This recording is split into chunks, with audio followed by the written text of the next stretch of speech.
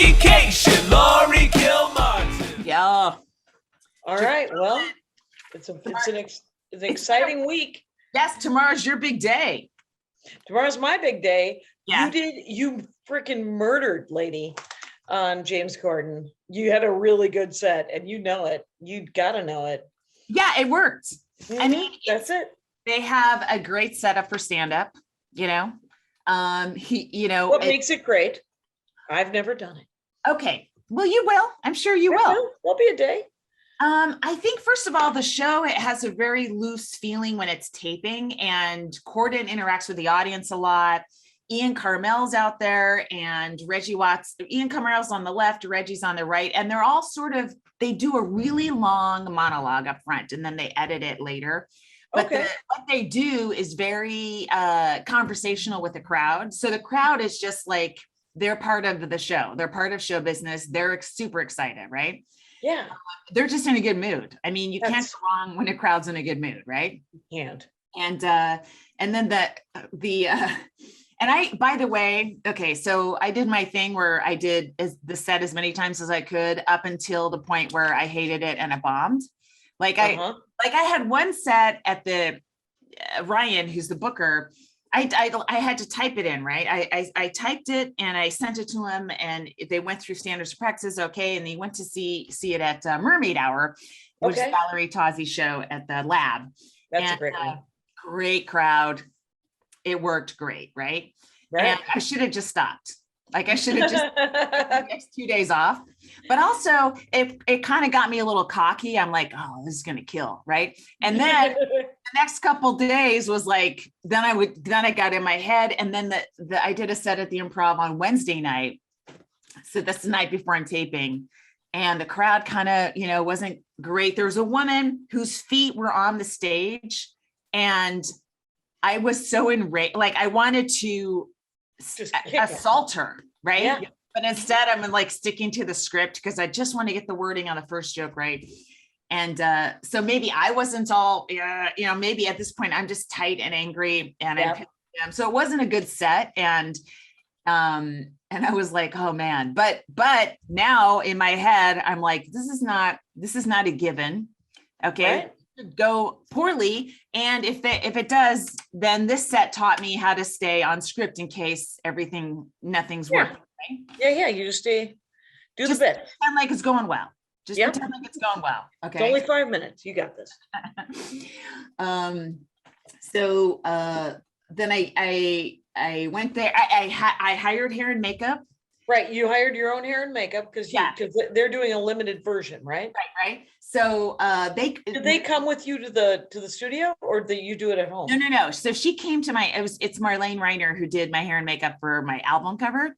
Okay. She came over at 10 a.m. and did it from to 11:30, right? Okay. And all right, I just got to be still. Until 4:30 in the afternoon. Yeah, my hair was so curly, and then when I got to the studio, it was it dragged so quickly. It looked really good though. They did touch-ups, right? Okay. But definitely do not, camera ready. Just hire somebody. Just just find the cash and do it. So yeah. Because then it's done right, and it's done right. Yeah. And so I get there, and the other guests are Jamie Dornan. Right, I looked him up. There was a picture of him. He's an Irish actor. Incredible. And you lost your mind because he's Irish. He's dark Irish, and he was incredible. He's very handsome. Incredible. Right.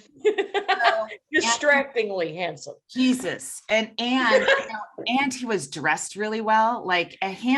Sometimes these handsome men, they try to look schlubby. Right. And Jamie Dornan's like, no. I'm a present. I'm a gift, and I'm gonna dress up, putting I'm gonna wrap myself up for the rest of humanity. Good for you. So there's a common area where everyone can hang out, and then everyone's got their own dressing rooms.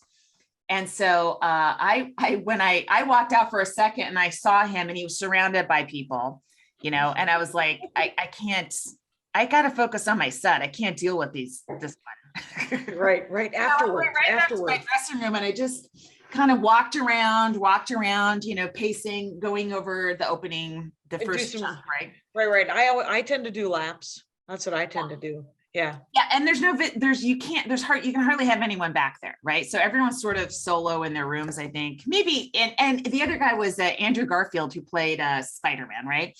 But he's so boyish that it feels like. Bury the fucking lead.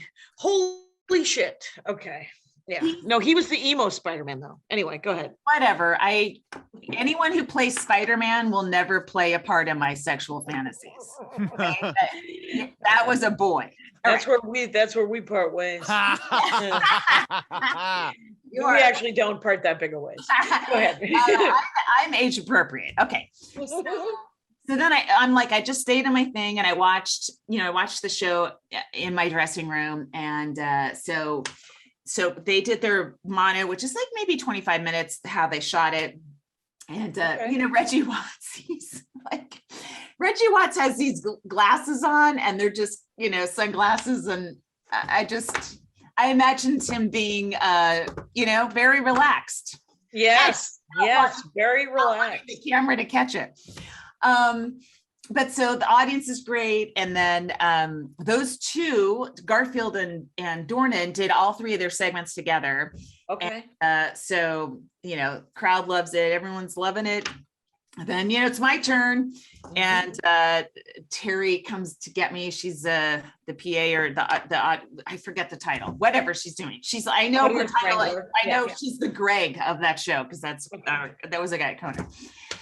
So I go down the stairs, and who do I walk right into? Jamie Dornan. I'm like, and then I go, you did great. like he's a comic. I always compliment people like they're comics. Great set out there. Good segment. You're funny. He's like, oh, okay. And then I walk out, and I'm I'm behind the curtain, and it's funny because like with Conan, the stagehand would pull the curtain and you'd go out. But I think with Gordon, they don't have a puller. It just kind of slides out, like someone's doing it from far away. So I guess in my head, I thought someone would come out. So they announced my name, and I'm like, oh, I'm still where? What do I do? So I just burst through the curtain. I don't think I waited how I was supposed to, and then I just didn't have my bearings for a second. I'm like, oh, there's a mic stand. Okay.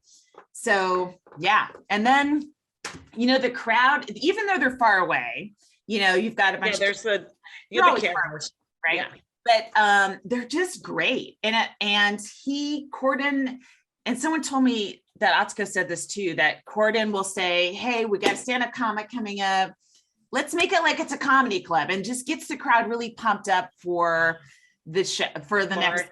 We are switching gears here. It's not participatory anymore. You listen, this person tells jokes, yada, yada. And they're just great. It'd be great if he did one a week. I think they have a perfect setup for it. And I don't think there's another late night show in LA now that can provide such a great opportunity for stand-ups. Honestly, it's really. Yeah. Well, you killed, but the weird thing was you're still mic'd, and you can hear you saying to James Corden. I did. I was really nervous. I know. I'm trying to because you have the mic stand out there. So as soon as you leave the mic, you're like, oh, I'm done. But I was still talking. You were still laugh packed. But I was, because I just had a week, and then once I committed to the set, I'm like, right, I'm doing it. But then I thought, you had different setups in there. You had different interstitially kind of stuff to get it going. Stuff was never in this order. I never opened with a porn joke, really. And I couldn't believe they let you do the porn joke and the Anne Frank joke. I couldn't believe it either. I'm like, first of all, I'll give it all up if I can do Anne Frank, because I want that on record the way I tell it now, not the way it's in the album. Right. So it's on record. Yeah. Right. It's on record. Exactly. No, I completely agree that I had a joke where the CPAP machine, it's not on the album where I say it's a CPAP machine. So, but it is on Conan, so it's fine. Yes. Okay. And that's awesome. Yeah. You want to how it's supposed to be told, right? Yeah. yeah, so the porn joke, I'm like, oh, so I have to come out with all this information. I have a son who's 14. I'm worried about a lot of stuff. I don't want him to watch porn. That's 3 pieces of information without a joke. Yeah. Which is a lot to open with, in my opinion. Like, to me, it's like the first joke should be after I have a son who's a 14-year-old. That should right. Set up but I can't jump right into what I don't want him watching porn. It's like, wait, you need one little, why are you talking about this? You're worried about it. Okay, I got it. Like, you need a little bit, right? Right. So, but then I thought, once I'm into that, it's okay. And then the other thing with the encyclopedia joke, which they clipped it out, Corden clipped it out, and it's doing really well, and it's weird because. Wait, what is it? Oh, the Funkin' Wagnall? Yeah, well, it's weird because I have that's just the end of a chunk. Taking my son to the encyclopedias and making him find out who was the Prime Minister of Great Britain in World War II. Right. So, and the first half is about Funkin' Wagnalls, which is like hit or miss. And I'm like, there's nothing wrong with it. So I just kind of put it down, and I just had this loose joke that's not attached to anything, but I was like, oh, it will go in here. And what I was trying to set up was that my son wasn't great scholastically, that leads me to Anne Frank, because I'm reading books out loud to him, right? Mm-hmm. At an age where maybe some parents aren't, right? And I also did a ADHD joke between. Oh, wow. Encyclopedia. And then did you do 45 minutes and then they fell? It was running short all week. All week. It was running under 5. It was running between 4.5 and 5. Oh, I think, and the final one, I think, was 6:06. Yeah. You know why? Because of laughs, because of people yucking it up. Yeah, that's why. Things I didn't get all week. Oh, so awesome. So they took out the ADHD joke, but I think it transitioned okay anyway. I mean, Oh, for sure. I could tell that there was something that they changed something in the middle, but it killed so hard. It was Congratulations. Thank you. You're welcome. I am in Las Vegas with Maria Bamford. Oh, go ahead. Still haven't got a week at the club that's booking the rapist and the statutory rapist, but that's okay, guys. You know what? The progress moves slowly. Oh my God. Go ahead.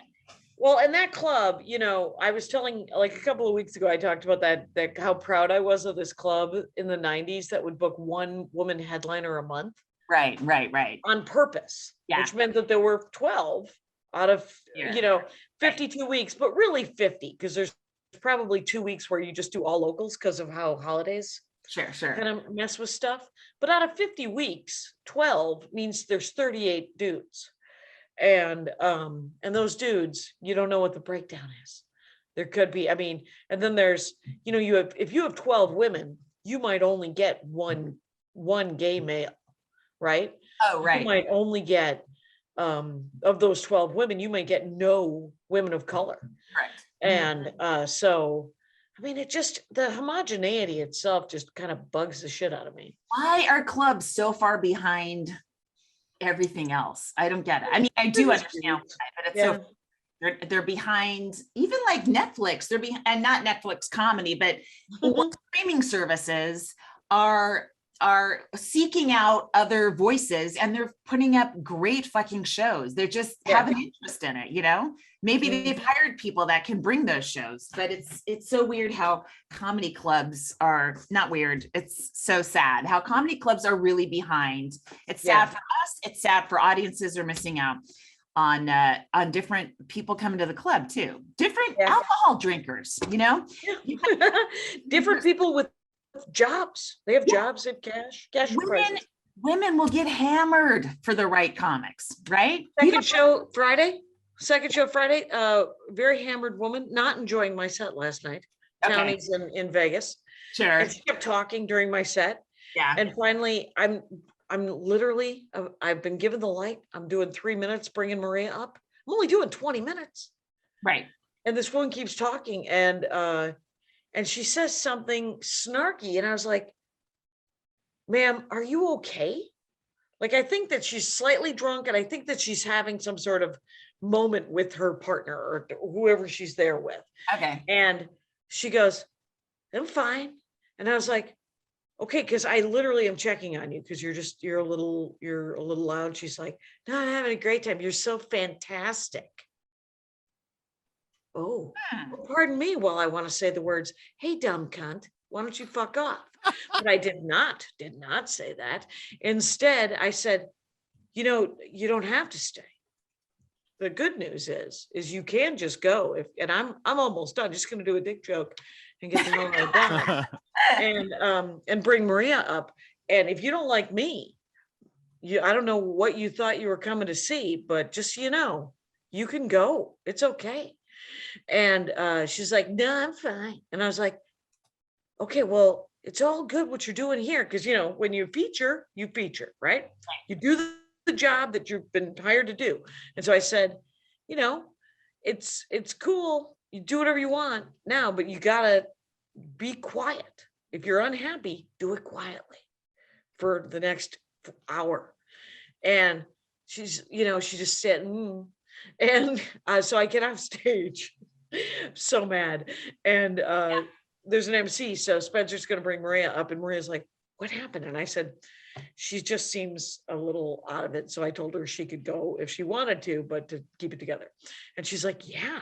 And so Maria gets up. And what I love about Maria Bamford is, much like, friends, they got your back. And she was like, just so you know, it's not that big of a deal. You can go.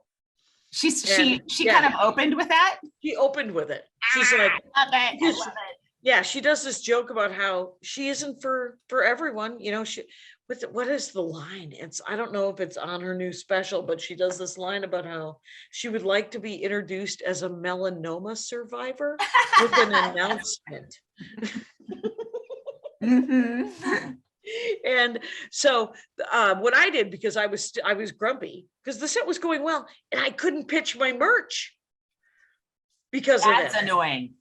Oh, now she's taking money from you. And right, now it was costly. Costly. And so I went outside and I called Carmen Morales, who had just recorded who had just filmed her HBO special, her 15-minute HBO mini special. And I guess she freaking destroyed. So, which is great because Ada Rodriguez was just talking, Ada was there, and Ada is super supportive of other comics. She's so great. Yeah. And I guess she was talking her up in front of all the HBO execs. Oh, that's great. And all the HBO execs were like, I don't know why we've never heard of you. And they're like, yeah, just look around. That's awesome. No, when she's open for me at Flappers, and she just busts the room apart. Yeah, she murders. And then Las Vegas, Nevada is having a hip hop festival right now. So it's why you and Maria booked this week. That's why we chose this weekend, is because Soldier Boy and I, huge fan. It's like when the Durst used to book Jazz Fest. No, well, Jazz Fest too. Maybe I'm thinking of the wrong. There's a lot of baseball fan comics that love baseball, and they go to Arizona for the shittiest money possible during training period, whatever it's called. You know what? I don't even know the terms I need to use to flesh out this description. Baseball open mic. The open mic of baseball, and thank you for 3/4 of a story. Attributed to possibly the wrong comic, but yeah, you didn't help me on that. You dug the hole. So I have a couple of. So last night, Steve Mandel, who's a Phoenix comic and an old friend of Andy's, actually, he's been doing stand-up for 5 years, and he's in town, and so he came to the second show, and then we were going to get something to eat, but he didn't bring his car, and I don't have a car. And so I was like, and they said there was a pizza place, but we couldn't find it. So we ended up, my ankle still hurts. But we walked 2 miles to Circus. So God, that's the worst place. So that's where he's staying. Why would you ever? No. But I was like, but I like Steve Mandel, so I wanted to hang out with him. Oh my God. So we walked to Circus. So it's right across from where the festival is. Okay. The throng of humanity, it was like 2019. There were 80,000, 2018 to 28-year-olds, in the craziest costumes ever. And at first I was like, Grandmacation, not psyched. Aunt Jackie, not happy. And then I was like, you cannot control 80,000 youth. Yeah. You have to just celebrate the fact that they are fucking psyched. Yeah, So I was they're like, out. they're out, they're in it, and they were so happy. They were, I guess pot is legal in Nevada. So a lot of them were stoned, a lot of them were drunk, they were all happy, but we were all mad because you could not get a Lyft or an Uber. And so I ended up hanging out with Steve, trying to find him a place to eat because I had a club sandwich at the club. And you're so loyal. Well, and it was When you're at a club, you only have a club sandwich. That's what I only I like, a turkey club. And so, but we never find the food. And then it's like 12:30, and I'm like, I kind of have to go to sleep. And so I call a Lyft, and we wait 10 minutes outside of Circus, and there's no Lyft. Oh my I God. have a horrible middle-aged white lady moment where I literally think about, well, what would happen if I asked that cop to give me a ride home? How weird would that be? That would be like the weirdest middle-aged white lady thing in the world, going, I sprained my ankle a couple of months ago. Any chance you can give me a ride 2 miles that way? And then I was like, hey, and I only thought of it for a heartbeat, but I was like, wow, there's the definition of jackassery. And so I didn't do it. But what I did end up doing was canceling the Lyft and ordering a $55 Uber. To go 2 miles? To take me 2 miles, because the regular Uber, nobody would show up. The next level up was $33. And they're like, limited availability. I waited five minutes on that one, and I'm like, it's 1 o'clock. Want to go home? Yeah. Yeah. So I did the 50. He was there in 6 minutes. Wow. And I tipped him well.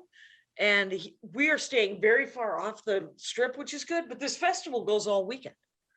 Wow. Well, yeah, all those kids are going to have shitty jobs in about 5 years. And this might be the highlight of their lives, their youth. Well, they're having a really good time, and I don't blame them. But I don't need to go. I don't know why I went into the belly of the beast. That was the dumbest idea in the world.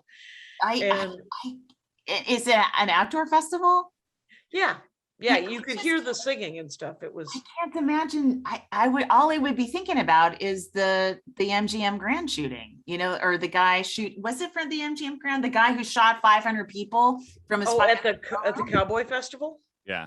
Yeah, that's all I can't imagine being out, like being an open target for all those windows. I don't know. I like that it was outdoor because of COVID. I was like, I'm glad it's outside. There's at least some less aerosols. There's 2 ways to die, right?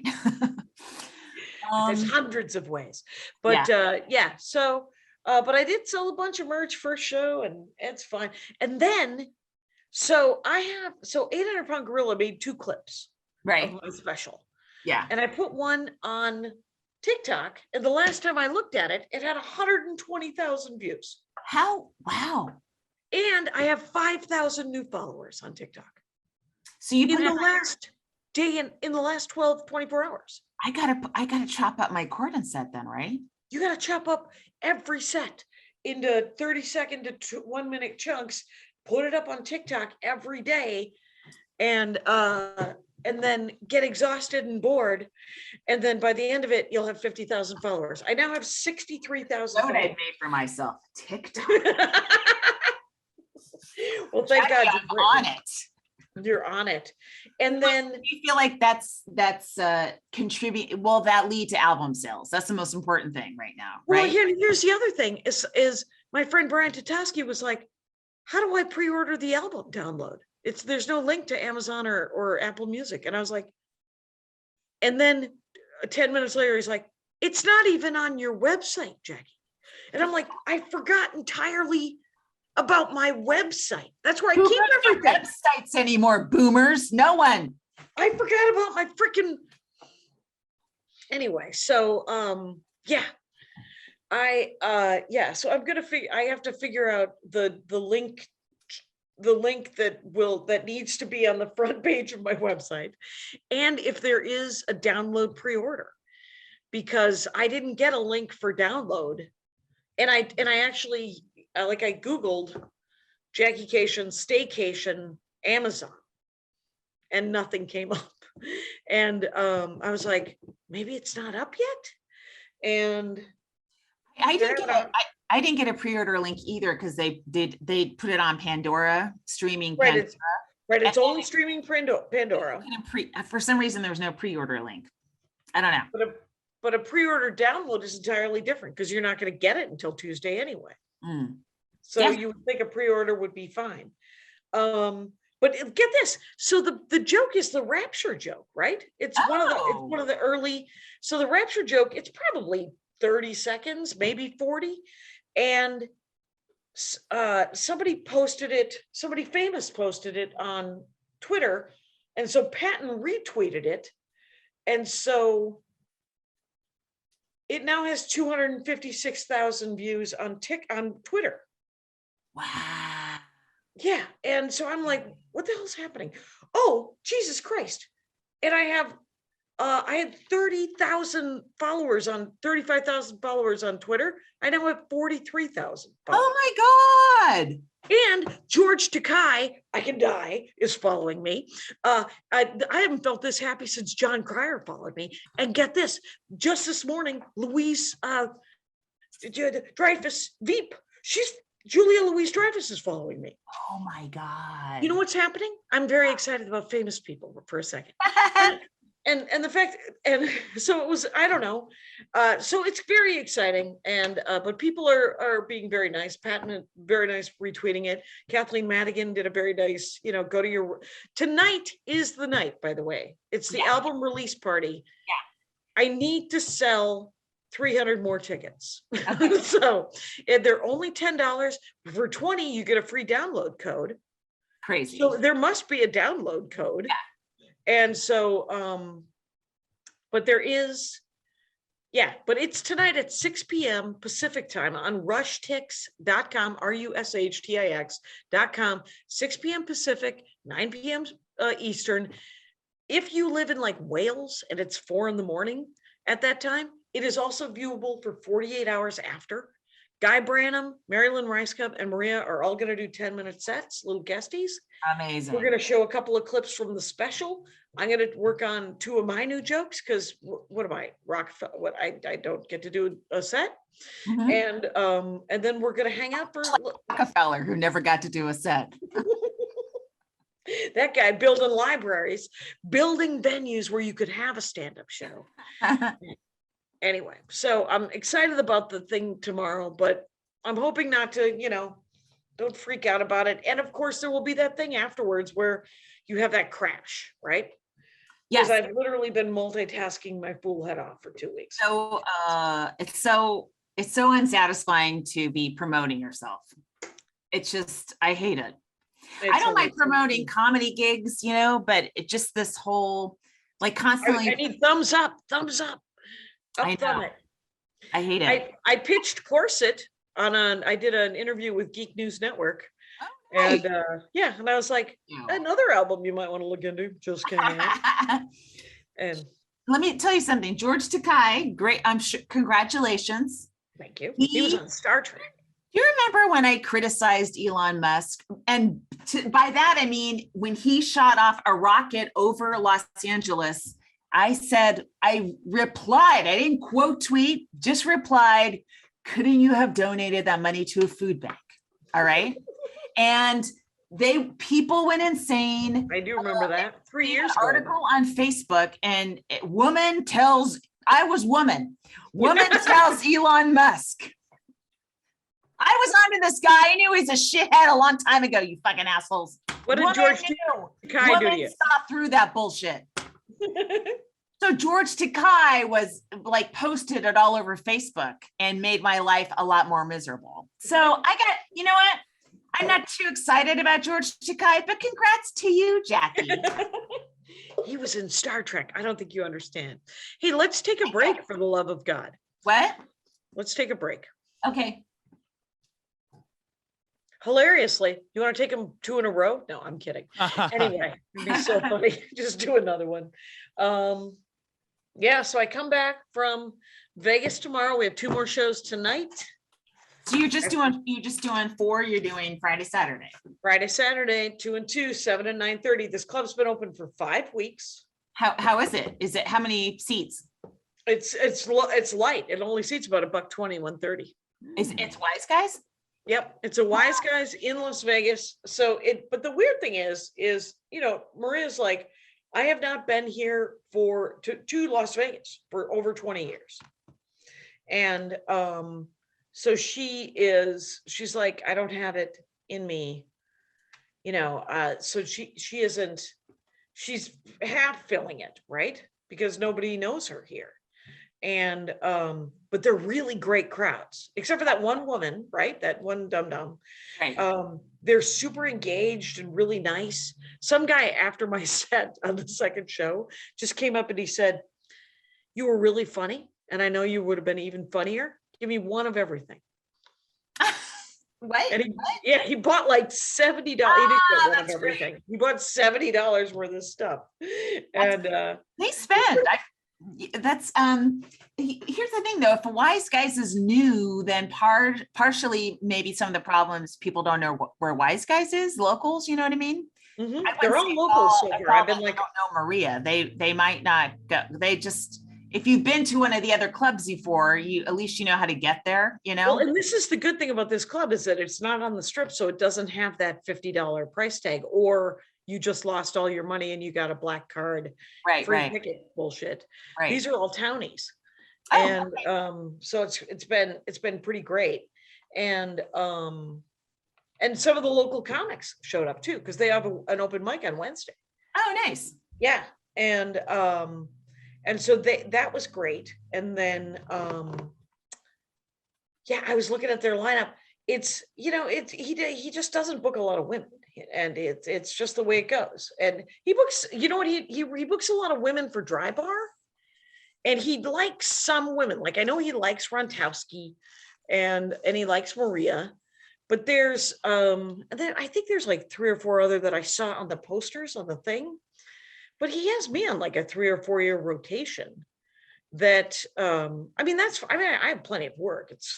It's fine, but I would like, because there's so many great new young comics, right? Yeah, and there's plenty, and there's you, and you would also. Club. I want to work every fucking club. Right. Well, there's that. Yeah. Right. It's I'm greedy. I want every club. Do you guys have a billboard? I don't think so.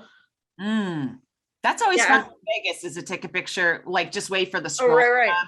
Get your name. when it rotates through. That happened when I was at the Laugh Factory. I got the billboard shot. Oh yeah. There was a park that Steve Mandel and I walked by at 11:30, 12 o'clock at night last night. And it was an incredibly well lit park, because all it was is like one of those, in New York, they're concrete kind of, it's not a park. It's got like places to sit, right? Yeah. It's a triangle in the middle of traffic. Yeah. And all the places to sit were a stack of chips and a couple of dice. And it was painted with a roulette wheel. And I was like, all right, Vegas, we're far enough off the strip that you could just put a bench here and maybe a tree. Yeah. Who are you convincing? I think everyone who's seen this knows what Vegas does. But I'm hoping to go to the Barnes and Noble after we are done doing this. There's still a Barnes and Noble there? There's 3. There's 3 Barnes and Nobles outside of. Yeah, I was so excited because I brought one book and I finished it. I've never brought one book anywhere. And I looked at my Kindle and I could reread something, but I'm like, I kind of want to, I don't know what I want, but I just want to go to a Barnes and Noble and breathe. Yeah. So that was my 90s, was going to Barnes and Nobles. I remember my 90s was finding the privately owned ones before the Barnes and Noble killed them all. So no, I mean they weren't. I would go to cities that wouldn't have bookstores with cafes. Like right, because it had a cafe. I mean, it wasn't even a thing back then, right? So Barnes and Noble and Borders and Books A Million. Mm-hmm. Some other some other Bookstar, that's right. And if you had a town that had one of those, you're like, I have a place to go during the day for a couple hours, thank God. When Birmingham, Alabama had one of them, and it was like, I think they had like at the time the biggest, newest Barnes and Noble, and it was amazing, and I couldn't believe it. And it was like it, you'd be there all day, and then you go, to the Stardome, which is a beautiful room, but it can be like, I think I was featuring, so I'm just I'm standing between the audience and a white male Southerner, and then they're trying to get out of the way. Wait, who put that? Just a little more to the left. A little more to the left. Like you went to a bookstore today. Boo. Right. It was. Maria was talking about going to some art installation. She would have gone for sure if Scott came with her, but he didn't. So she is sleeping it out. Mm-hmm. And then did she bring any pets? Does she bring dogs or anything like that? No. She used to bring Blossom, but then she stopped, and then Blossom passed away. So, and and we both flew. We flew Southwest, so. Right.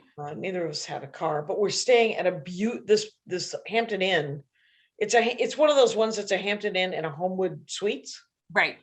And so there's an amazing pool in the middle with a giant hot tub that too many haircuts are hanging out. There are too many dingbats. Taki, go to do the hot tub, because the amount of chlorine they put in that thing, nothing will live. You're fine. Enjoy the hot tub. Enjoy the hot tub. It's fine. Yes. I have to bathe today and luckily my room has a bathtub. Very pleased. And then my next gig isn't like, I'm doing a bunch of stuff. Like I'm doing a benefit. This will already have gone up, but I'm doing a benefit when I get home tomorrow. Yeah. At 5:00, and it's on Zoom. So I don't understand why I have to go to Ben Glebe's house. Because I think he has a studio, in his backyard or something. Oh my God! Sure. And I was like, I don't think Bradley Whitford is going to Ben Glebe's house, but maybe he is. He might be, because Ben Glebe was a presidential candidate and Bradley Whitford was on the West Wing. So yeah, he might actually show up. He might show up. And Bradley Whitford's from Wisconsin, and I'm from Wisconsin, and we're doing a benefit for the candidates that are running against Ron Johnson in Wisconsin. But it's a roast. And Ben was like, yeah, you just have to write some roast jokes about Ron Johnson. And I said, that's not going to happen. I am so exhausted from all this special album stuff and then the road that I woke up the other night from a nightmare where I wasn't asleep. The nightmare was that I couldn't get to sleep. And so I woke up and I accidentally woke Andy up. And Andy's like, are you okay? And I said, I'm just so exhausted. And I swear to God, he looked around and he was like, well, this is all we can do. We're in bed. This is this much. Restaurant going, I'm just so hungry. Plate full of food in front of me. All around you. Yeah, go to sleep. And so it was ridiculous. But so I'm doing this benefit tomorrow night, which is good. Mm-hmm. And then I have sets all week at kind of improv and I think I might be doing better half. And then I am going to but then it's the Thanksgiving week. My sister's coming for a week with the kids, and then I'm gonna go to Lowell, Arkansas and do the Grove. Oh yeah. Well, so, you know what? I got my booster, so put in a good word for me. I'm ready. Okay. I'll go work any Southern state now. Oh, did you get the booster? I got it last night. I feel fine. My arm doesn't even hurt. It's this arm. I'm going to go swimming after this. And I got Moderna. It's my third Moderna. So I know some people have been waylaid, and I was supposed to get it last week, but I'm like, I don't want to be knocked out and not be able to. Right before that's right. You got it after your set, didn't you? No, I can't tell when midnight is. I can't tell what day it is. They're like midnight. Were you still in full hair and makeup? No. I got the date wrong. I got it last night after my. I was at the Improv I did the Late Show on Friday, and then I went right to CVS. So I was it was my own makeup, which wasn't not as fun as yes. And I was so tired. I called the pharmacist honey. No, I can't go buy honey. What's wrong with me? Oh my God, that is. Well, I just have road work coming up. I have some spots here and there. I'm going to be in New York on the 20th, Saturday, the 20th. I'm Okay. doing a ton of sets at the Stand. And then I think I end the night at Greenwich Village Comedy Club. I So think that's next week. That's this That was coming Saturday? weekend. Yeah, oh, okay. So it's this, yeah. yeah. You're Oh, going to New York this weekend. Yes, I'll be in New York a week from tonight. Okay. And then I go to Creek and Cave in Austin Friday through Sunday. So come on out. I Is mean, that the 26th, like right after Thanksgiving? yeah, it's right after Thanksgiving. And I'm trying to replace album material as quickly as possible, as we all are, but I don't want to give you, shitty stuff. So it's going to be a mix of things if you've heard the album, you probably heard. And if you didn't hear the album, oh, fuck you. It's been out for 2 weeks. Yes. That is an exact, and see the album live, see how it changes in real life. You might have Yeah, 'cause outs. I might I'm hit doing- swivels. I'm doing Lowell, Arkansas. Then we're visiting Andy's, essentially his dad's widow, right? Oh, And then from Little Rock, I'm flying directly to Raleigh, North Carolina to work with Maria neat. and Where? Charlie Goodnights, I think, on the Oh, weekend of December 4th. okay. And then I believe I don't know, just home for 1 week. And then we go to Milwaukee. I'm doing Laughing Tap in Milwaukee the 17th and 18th. And then it's Christmas. And then it's fucking Christmas. I'm at the Comedy Fort in Fort Collins, December 3rd and 4th. Oh, And- right. And so if you're even in the Denver area, so far I've had no luck working any club in Denver. So please just make the drive. Make the drive. Yeah, make You the can listen drive. to an episode of our podcast on the way out and then listen to my album on the way back and compare what you heard.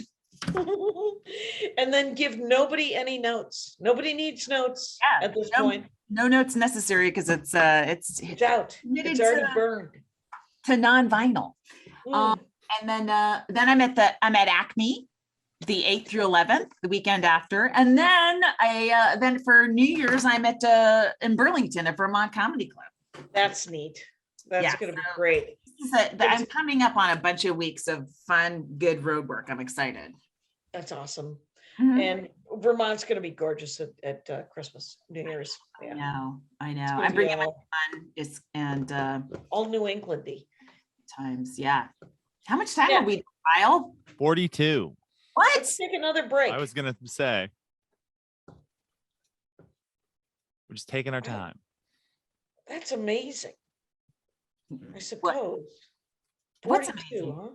huh? I thought, I don't know why I thought it was.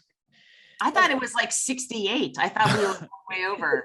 And we The last few weeks you've run like real fast, so it's interesting. Something's Yeah. changing. Everybody's tired. Everybody's tired. Yeah. We didn't do comic of the week. We did not. But I have something new to complain about. Not complaining. Shocking no one. I'm apparently the default person to ask to talk at a comedy writing class now. Maybe because I've got nothing to do and everyone knows it and I have no excuse. But I don't know what to tell people. First of all, I'm helping to create my competition. So why am I even saying yes to these things? Is it live or is it over Zoom? Over Zoom? But also, I don't know I'm trying to get work. I don't know. I don't know what the proper channels or methods are. I have no idea. Good luck to all of us. Right. That's all I should really say instead of talk for an hour and a half about comedy. That gig that was far away that they wanted you to do in somebody's living room. Oh, The standard for that has to be 12 grand and you send a town car. It has to be, especially if it's on a holiday.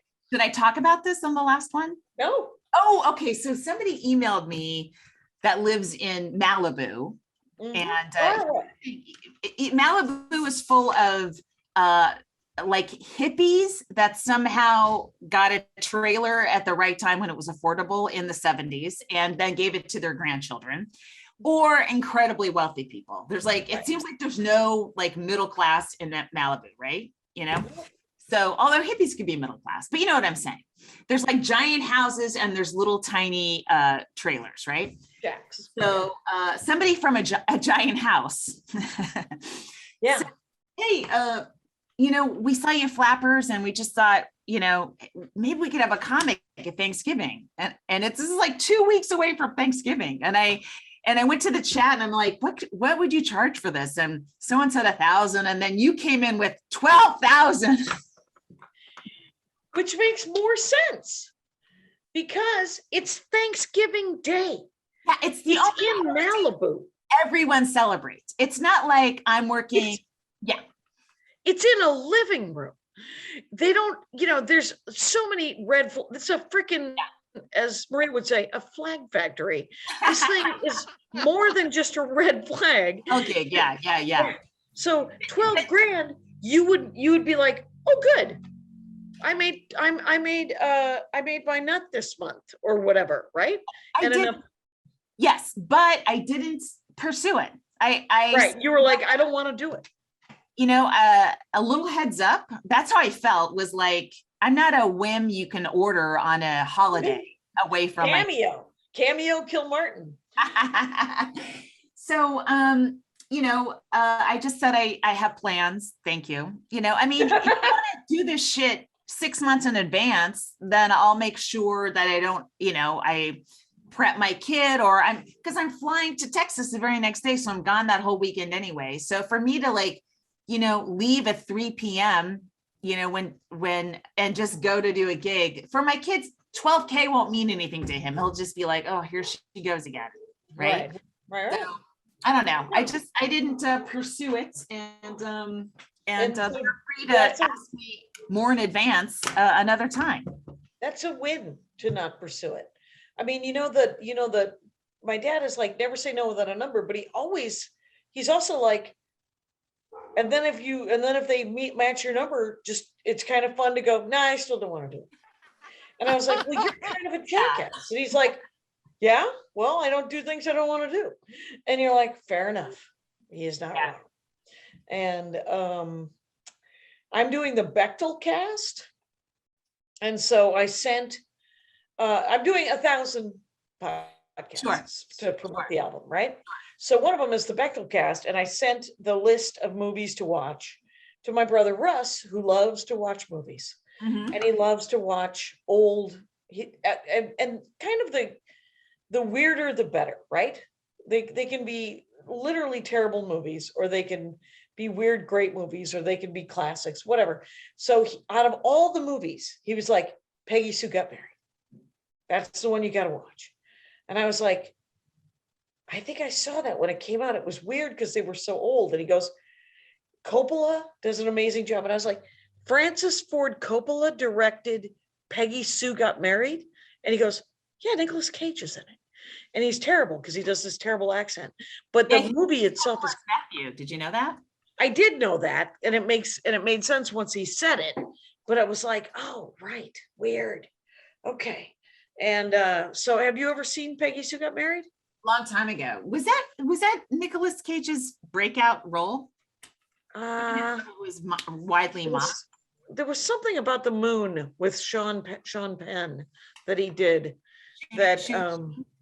Shoot the Moon. I think. I don't know what. That sounds right. Yeah. We still have not done Comic of the Week. But I'm just like, wow. That, I mean, it's nice to be Francis Ford Coppola's son. I mean, nephew, not his son. It's actually his son died. So it's actually better to be his nephew. Right. Because that guy's still alive and he married Elvis Presley's. You know who killed the son? Coppola's son? Griffin O'Neill, who's Tatum O'Neill's brother, was drunk driving a motorboat. And I think Francis Ford Coppola's son was in it, and they crashed and he died. Yeah. Griffin O'Neill, he's did he die as well? No, the drunks never die. It's so enraging, you know? That's true. My mother died in a drunk driving accident, and the guy driving the motorcycle lived. They both got run over by cars, and Harold broke both of his legs and one of his arms, but he lived. Who's And my Harold? mother was killed. It was her boyfriend. My parents were separated. All right. So, Oh, yeah. God. Yeah, but he lived. He didn't go to the funeral, but I think he was in traction. So it was 1972, and he had 2 broken legs and a broken arm. But we never did hear from him again, and he had probably racked with guilt, had to Absolutely. fuck off. Yeah. I hope he got sober. That'd be good. Hey, let's do the comic of the week on that cheerful note. She wants to follow that story. That's a great one. It's a great one. Our comic of the week is Chloe Radcliffe. Chloe Radcliffe. She is, I believe, a Minneapolis or Minnesota native. Okay, and it's you aren't, Chloe I don't know. Badcliffe with 2 F's. Get it? CLOE. Chloe. Chloe. The Yeah. classic and then- spelling of Chloe. Right, and then Badcliffe, BADCLIFFE. Yeah, she's very, I did a bunch of shows with her as I was, terrorizing independently produced shows all the way with my dumb 5 minutes. And she's hilarious. And she writes for Fallon. So she was just out here on a little trip. On a trip, just reminding LA that to know her. Yeah. Well, let's remind everyone to know her because her name is Chloe Radcliffe and she's great. Yeah, very, very funny, very smart. Mm-hmm. Find her. Somebody compared me to Madigan again. Oh my God, it never ends. It never ends. I was like, St. Louis isn't that close to Milwaukee. And she is a tiny woman with a very great stage presence and really cool jokes and stuff. And she's super funny. But obviously. I think it's just your so it's not the vocal worst. right? I guess the timing maybe, because I know that Maria and Mary Mack get that a bunch. Yeah, right. And weirdly enough, Andy Erickson and Mary Mack get that. And then weirdly enough, Andy Erickson and no, I don't know. Yeah, so yeah, and of course you talk about golf a lot. So yeah, and Lewis Black, we used to date. And are still best friends. Yeah. Those golf comics, I don't know how they did it, man. That Madigan, and there's others too. They just traveled the country with fucking golf, like a whole thing of golf clubs to Rogan. She had to make $5,000 a week immediately because she had to afford the baggage fees. Exactly. Sorry, stepped on you. No, that's fine. That was going to be my punchline, but you know what? I might not have gotten to it. So it had to happen. Yeah. Other than that, I finished. So I have been reading, and these books, they're just mystery novels, right? Like I just did a Dork Forest with Ophira Eisenberg. Mm-hmm. And it'll go up in 2 weeks. And she was like, the thing that I'm really dorky about right now is like it's not great literature. And I was like, what are you talking about? Just regular books that you buy and read, mysteries, westerns, mercenary books, action thrillers. You're not reading the Mini Muffin murder mystery, are you? And she's like, no, what is that? And I was like, there's this woman named Joanna Fluke who writes, and the fact that she's published is a fluke. I am willing to take a stand and say that I've read 3 of them because I give everybody a chance. I will read some serious crap, a lot of them, and in the hopes that I will eventually like them. The Dresden Files. It took me 4 books for me to like that guy. I was like, he got better at writing. And Terry Pratchett. It took me 6 of the Discworld books to go, oh, I like these actually. I give a book 2 paragraphs and then I throw it if I don't like it. You go six books with one author? Yeah, they spent a lot of time on it. And I got to stop the voices, Kilmartin. So Joanna Fluke writes these horrible, it's about a baker in northern Minnesota who murders happen around her. She doesn't solve them. She just owns a fucking bakery. And every chapter opens with a muffin recipe. Nice. And And so by the end of it, I wanted to kill her. So Ophira Eisenberg is not reading those. She's reading, she told me about a guy named Lawrence Block who wrote in the 80s, I guess, 70s and 80s. And so I kind of want to go to Barnes and Noble and get that. And, but I just read the 6th book in this, it's a reimagining of Sherlock Holmes. In a series you hate? In a series I love, actually. Oh, okay. First book was great. 3rd book was amazing. This 6th book might be my favorite. 2 and 4 and 5. 5 was really good. 2 and 4, just okay. But 3 was so good.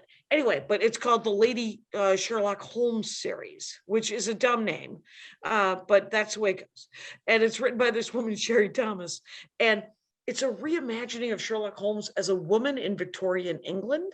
Oh, who has autism, essentially, because that's what Sherlock Holmes would have. But if you're a dude who is that sort of savant, you become Sherlock Holmes. If you're a woman who's that kind of savant, your father wants to marry you off so he doesn't have to deal with it. Yes. And you're sent to a home or something. Right. Yeah, they lock you up. You're a burden. But she's also, sort of super cute. But she's Sherlock Holmes, right? She's a savant in this stuff. And so she decides she doesn't want to get married. So the way that she can, she makes a deal with her dad when she's like 12. And she's like, if I will genuinely try to find a dude to marry, but I'm not suited for marriage. I don't want it. It's dumb. And I'm not suited for marriage. marriage. She isn't. She's like, no, I want to find a lover eventually. That sounds like a good idea. But she doesn't want to be 12 years old. She said, I want to find a lover. Right. The kids, I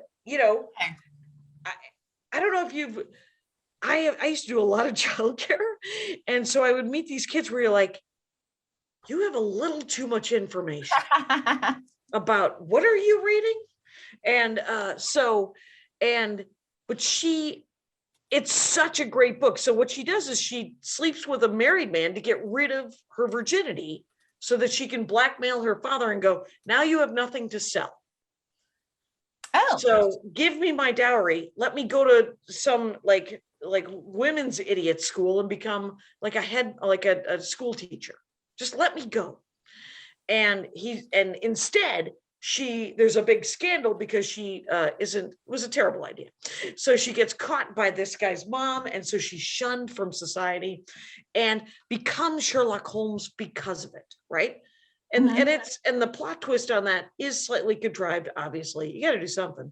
And, but it's such a great examination of sort of women's rights and what that person's life could have been if they had the superpower of being Sherlock Holmes.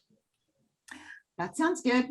Yeah, so I love it. He loved it. But now I don't have a book. So Ophira Eisenberg suggested Lawrence Block, so I need to go to Barnes. I am reading this book that I started and it's driving me crazy. I think it's called Fish Don't Exist. And just based on good reviews, I didn't know anything. It's like a memoir and I was mad at it because it started, I think because I didn't know what it was about. It started as sort of this love letter to David Starr Jordan, who was a taxonomist / eugenicist, right? And I only know who he is because my son's school was named after him and they just changed it. And after they changed it, like at his 8th grade graduation, the principal just listed, all the shitty things that David Starr Jordan did. Wait, the school was named after this guy for 50 years? Unbelievable. Yeah.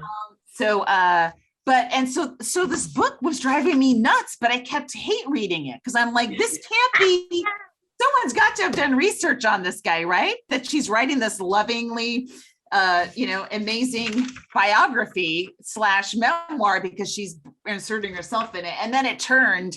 And now I'm like, oh, now I see what's going on. So I'm almost done. I'm 40 pages away from a new Anne Patchett novel. Like I just had to finish one. It's a hardback. I like to finish a hardback because I feel like I spent a lot of money on it.